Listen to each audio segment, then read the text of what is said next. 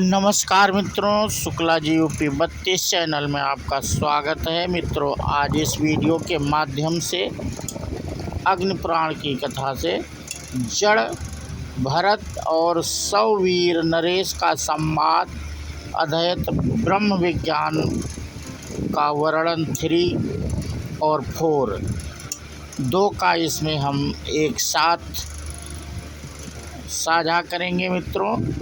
और कल हमने आपको अपने फर्स्ट वीडियो में आपको बताया था सेकेंड भाग में कि जब वो पालकी जो लिए जा रहे थे उनकी बात सुनकर राजा पालकी से उतर पड़े और ब्राह्मण से क्षमा मांगते हुए उनसे ज्ञान के उपदेश देने की बात कही थी।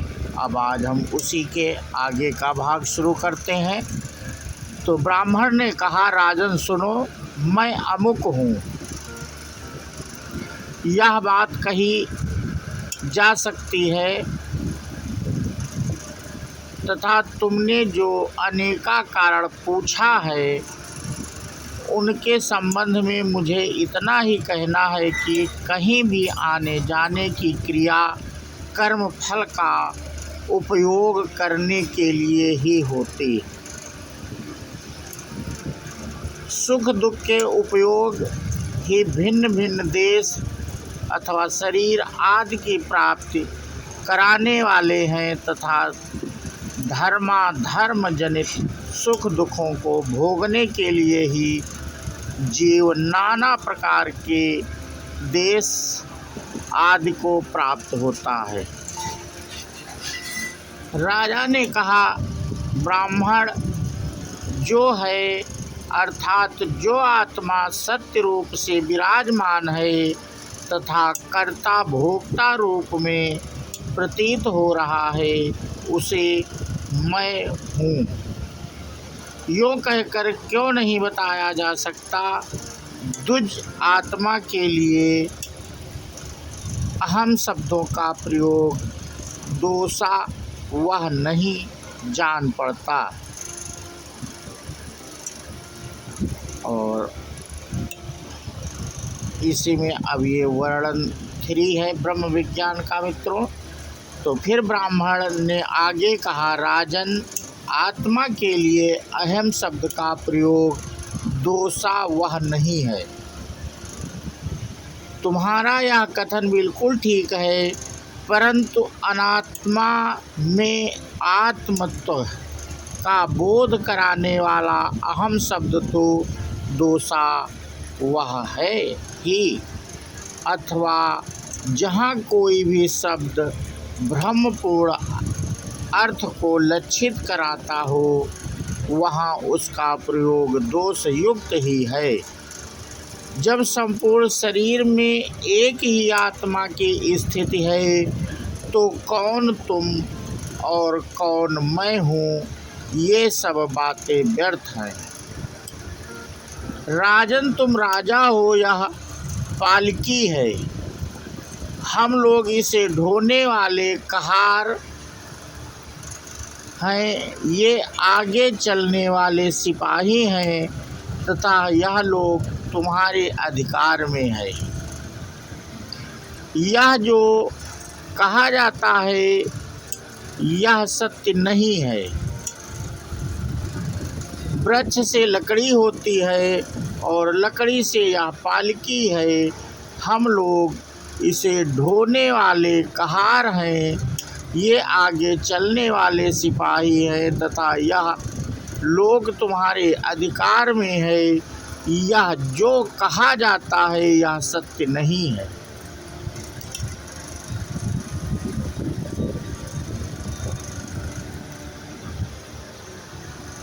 वृक्ष से लकड़ी होती है और लकड़ी से यह पालकी बनी है जिसके ऊपर तुम बैठे हो। सौरवीर नरेश बोलो तो इसका वृक्ष और लकड़ी, वृक्ष और लकड़ी नाम क्या हो गया?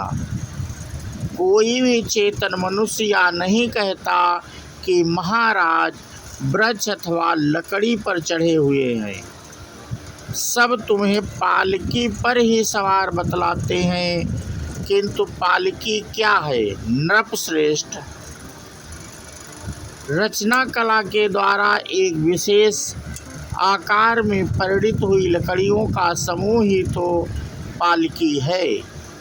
यदि तुम इसे कोई भिन्न वस्तु मानते हो तो इसमें से लकड़ियों को अलग करके पालकी नाम की कोई चीज़ ढूंढो तो सही है। यह पुरुष, यह स्त्री, यह गौ, यह घोड़ा, यह हाथी, यह पक्षी और यह वृक्ष है। इस प्रकार कर्म जनित भिन्न भिन्न शरीरों में लोगों ने नाना प्रकार के नामों का आरोप कर लिया है। इन संज्ञाओं को लोक कल्पित ही समझना चाहिए। जिह्वा अहम है, यानी मैं का उच्चारण करती है। दांत, होंठ, तालु और कंठ आदि भी उसका उच्चारण करते हैं, किंतु ये अहम मैं पद के वाचार्य नहीं हैं, क्योंकि ये सब के सब शब्दोच्चारण के साधन मात्र हैं। किन कारणों या उक्तियों से जिह्वा कहती है कि वाणी ही अहम है, मैं हूँ। यद्यपि जिह्वा या कहती है, तथापि यदि मैं वाणी नहीं हूँ ऐसा कहा जाए तो यह कदापि मिथ्या नहीं है। राजन, मस्तक और गुदा आदि के रूप में जो शरीर है वह पुरुष यानी आत्मा से सर्वथा भिन्न है। ऐसी दशा मैं किस अवयव के लिए अहम संज्ञा का प्रयोग करूं? भूपाल शिरोमणि, यदि मुझ आत्मा से भिन्न कोई भी अपनी पृथक सत्ता रखता हो तो यह मैं हूँ, यह दूसरा है, ऐसी बात भी कही जा सकती है। वास्तव में पर्वत, पशु, वृक्ष आदि का भेद सत्य नहीं है। शरीर दृष्टि से ये जितने भी भेद प्राप्त हो रहे हैं सब के सब कर्मजन्य हैं। संसार में जिसे राजा या राजसेवक कहते हैं वह तथा और भी इस तरह की जितनी संज्ञाएं हैं वे कोई भी निर्विकार सत्य नहीं है। भूपाल, तुम समर्पण लोक के राजा हो, अपने पिता के पुत्र हो, शत्रु के लिए शत्रु हो, धर्म पत्नी के लिए पति हो और पुत्र के लिए पिता हो। इतने नामों के होते हुए मैं तुम्हें क्या कहकर पुकारूं? पृथ्वीनाथ, क्या यह मस्तक तुम हो? किंतु जैसे मस्तक तुम्हारा है वैसे उदर भी तो है। फिर उदर क्यों नहीं हो? तो क्या इन पैर आदि अंगों से तुम कोई हो? नहीं। या तो तुम्हारे क्या हैं महाराज, इन समस्त अवयवों से तुम पृथक हो, अतः इनसे अलग होकर ही अच्छी तरह विचार करो कि वास्तव में मैं कौन हूँ। तो मित्रों, आज इस वीडियो के माध्यम से हमने आपको अग्नि पुराण के जड़ भरत सौरवीर नरेश का संवाद, ब्रह्म विज्ञान का वर्णन 3 और 4 इस भाग में एक ही भाग में बताया। और ये आपको कैसा लगा हमें कमेंट करके अवश्य बताएं।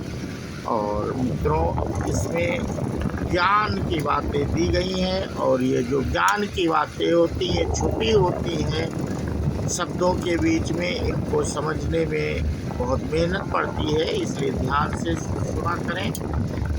और इसी के साथ हम अपना ये वीडियो समाप्त करते हैं। अगले वीडियो में आपसे फिर मुलाकात करेंगे जिसमें भाग 5 का वर्णन हम साझा करेंगे आप लोगों के साथ।